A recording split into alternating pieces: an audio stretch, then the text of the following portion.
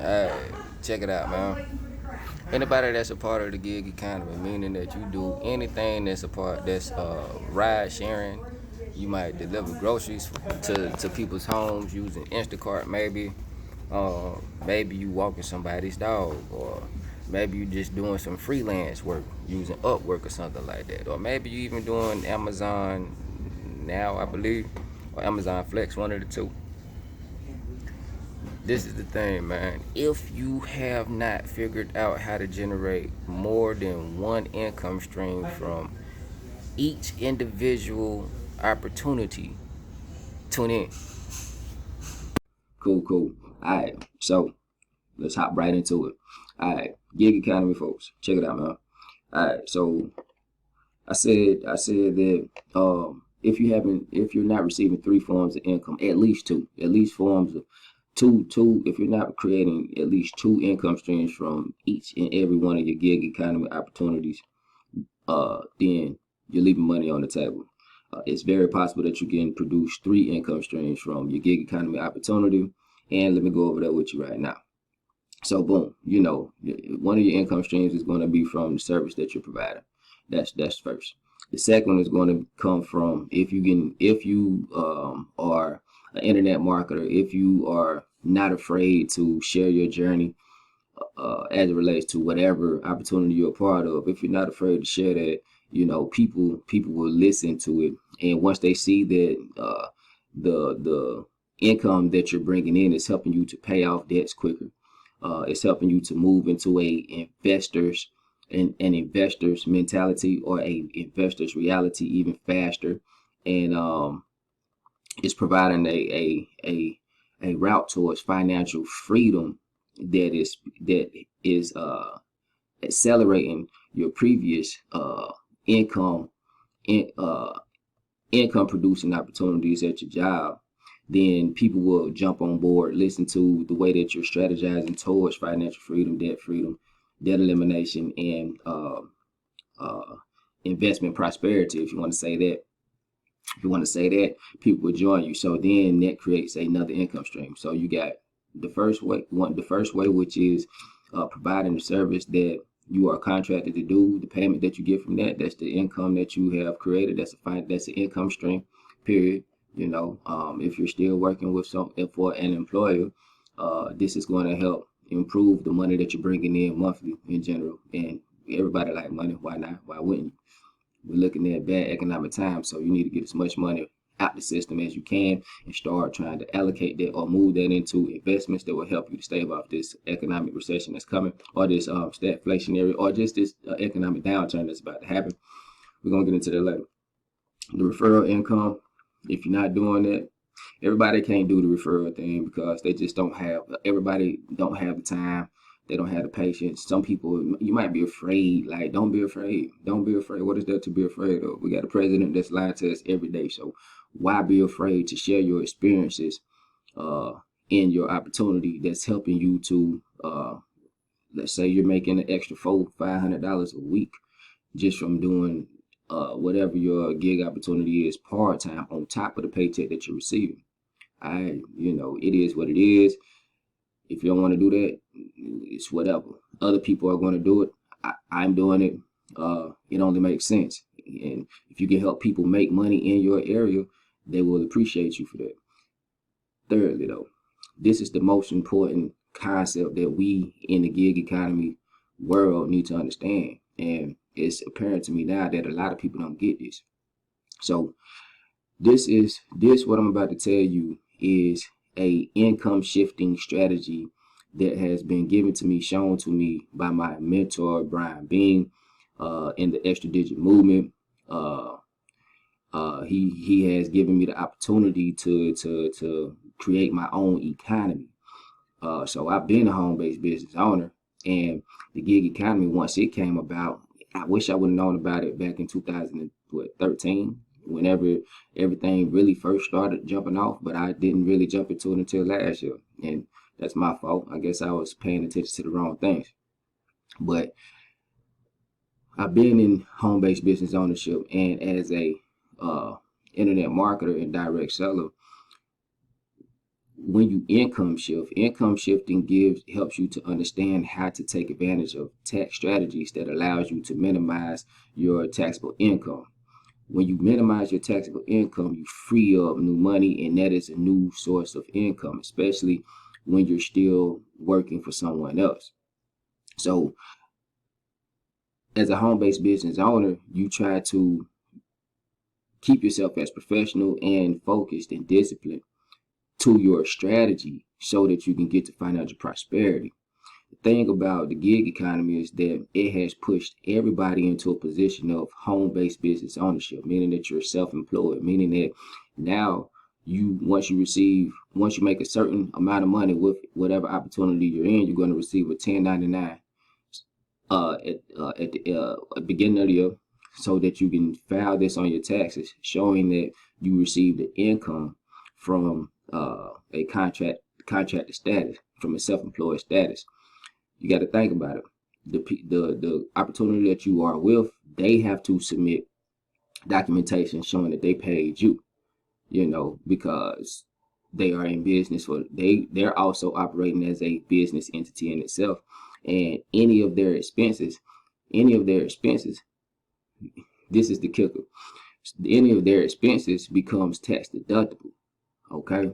So the more expenses you have, the more allowances you can receive. Those allowances, those deductions allows for the money that you brought in for the year to be taxed less. So this is the benefit that you receive also, because you are a business entity too. You're contracted with a business. It's a business to business relationship, providing a service for clients. So as a gig economist, you are a self-employed entity, representing yourself on behalf of another business entity that's giving you the opportunity of making money and dealing with clients. So what that means is your gas mileage, your maintenance, your cell phone, because in order to do whatever you're doing, you have to have a cell phone, right? So now a portion of your cell phone bill is tax deductible also. So if that is the reality, and you haven't understood what that really means as it pertains to your employer, then that's what I'm telling you. So the biggest income stream that you supposed to be paying attention to is the one that allows you to minimize your taxes. So if you're in the gig economy and you're still employed with someone, you need to go tomorrow. Actually today, if you can get online after you get off of this video, after you get finished watching this video. If your company has a HR service that allows you to go online and change your allowances, your W-2, your W-4 allowances from home, you need to do that now. You need to do that now, because you don't need to leave no more money on the table. So being that you're self-employed, I know y'all already know you got to pay your taxes. You got to pay your taxes. But if you have not changed your W-4s with your employer, then you're getting too much money is being taken out of your paycheck, and you have a business. So now that you have a business, let's start thinking like business people. This is the number one strategy to becoming financially free in America.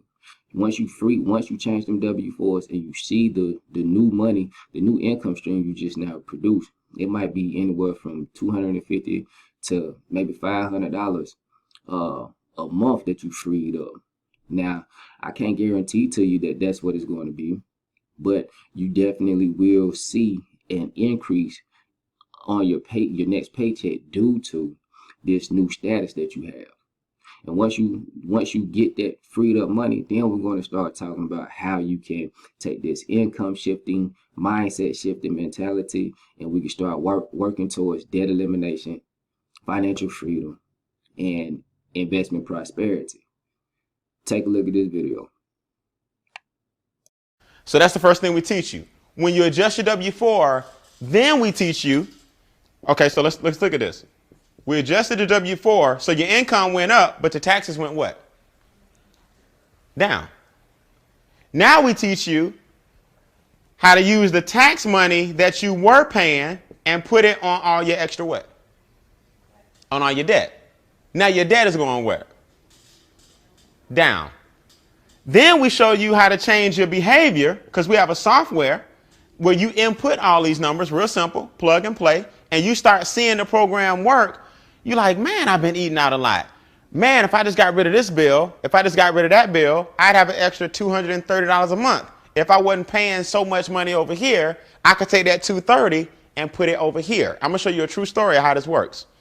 So once your income has an increase, your taxes, debt, and expenses have a decrease, you start flipping your cash flow cycle what? Around. From negative to what? Positive. Give you guys a startling statistic just on this right here alone. If the government is taking a third of your income, that basically means you're working from January to April for free every year, because that's a third of the what? Of the year. So if you're giving the government a third of your money, you're also giving them a third of your what? Of your time. So from January to April, you're working for free. From May to August, you work for the banks. Because since the government took your money from January to April, you end up borrowing May to what? August. So now the banks took the other third. You start getting paid in September.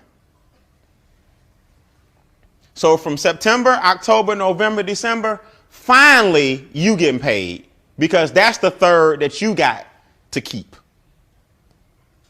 Now, I don't know about y'all, but I'm not into waking up every day going to work just to pay taxes and keep the system going and going to work just to pay the banks back because I'm borrowing money. And then I struggle on what's left. And guess what?